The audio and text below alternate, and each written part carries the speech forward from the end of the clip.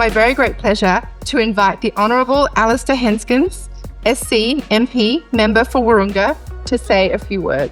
Raising Spring Kids shows parents how to nurture children to achieve quality summed up in two acronyms, and they are SPRING and GREAT. SPRING, S-P-R-I-G, stands for spiritual, positive, resilient, imaginative, nimble and grateful children. GREAT, G-R-E-A-T, stands for generous, respectful, empathetic, appreciative and thoughtful children. I think all qualities that we want in our children.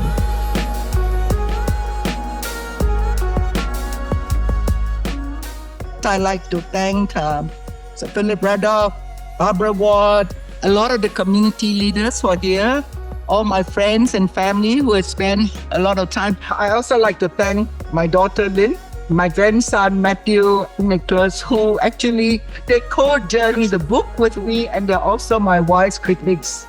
Alistair, for your kind presence and for officially launching my book.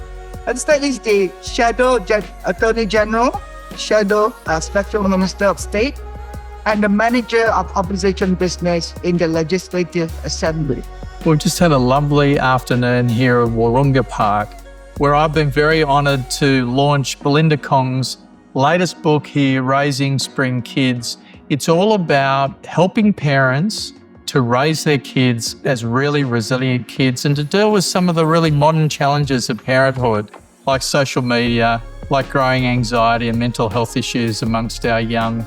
The book is the first in a distinctive collection of books that combines and integrate Eastern and Western philosophy, psychology, wisdom tradition. This book is a heartfelt reflection of Belinda's deep commitment and passion for helping others, be they parents, counsellors, and of course, young people to grow into more spiritual, positive, resilient, imaginative, nimble, and grateful versions of themselves. The book describes how parenting using art, imaginative play, role-playing and storytelling can help creative, resilient and positive children who can deal with life's challenges with resilience, gratefulness, respectfulness and empathy.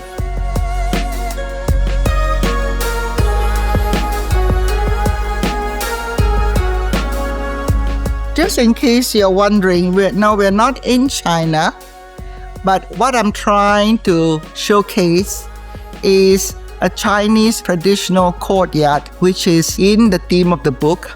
So on the two sides of the rotunda, you have the vermilion door, which is a traditional Chinese design.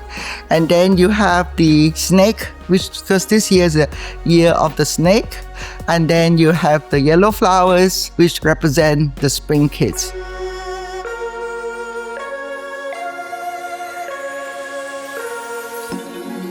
I love my job, but I have one problem. We are failing our kids.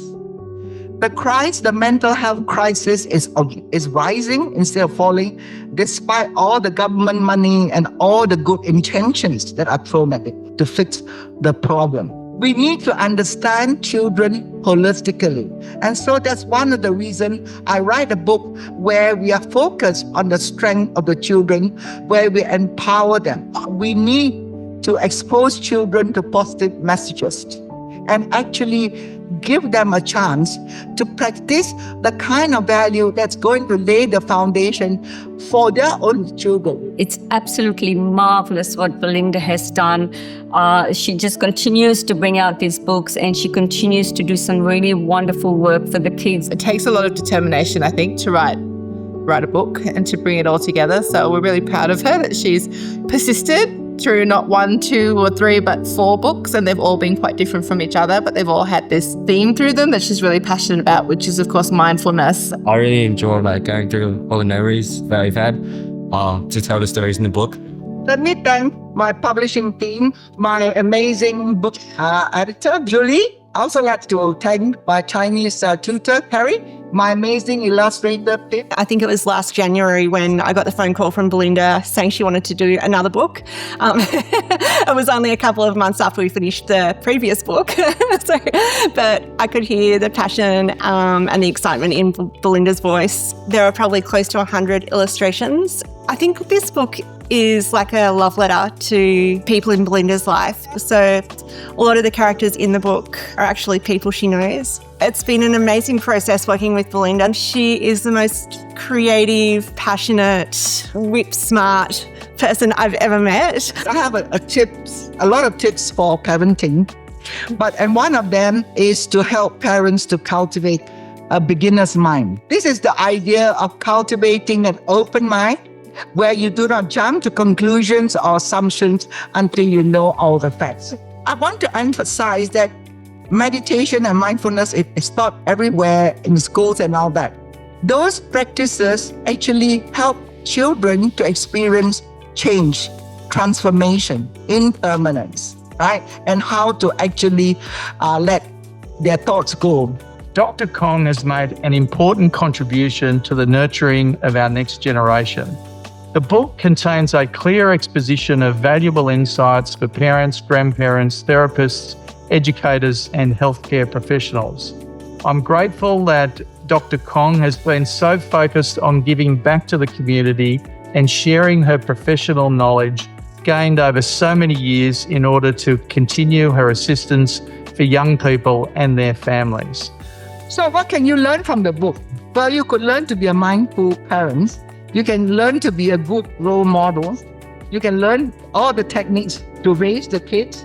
And also, more importantly, you can learn what you yourself are about as a human being. It's ageless. It transcends all the culture. So many of you here today have played a role in the journey of this book.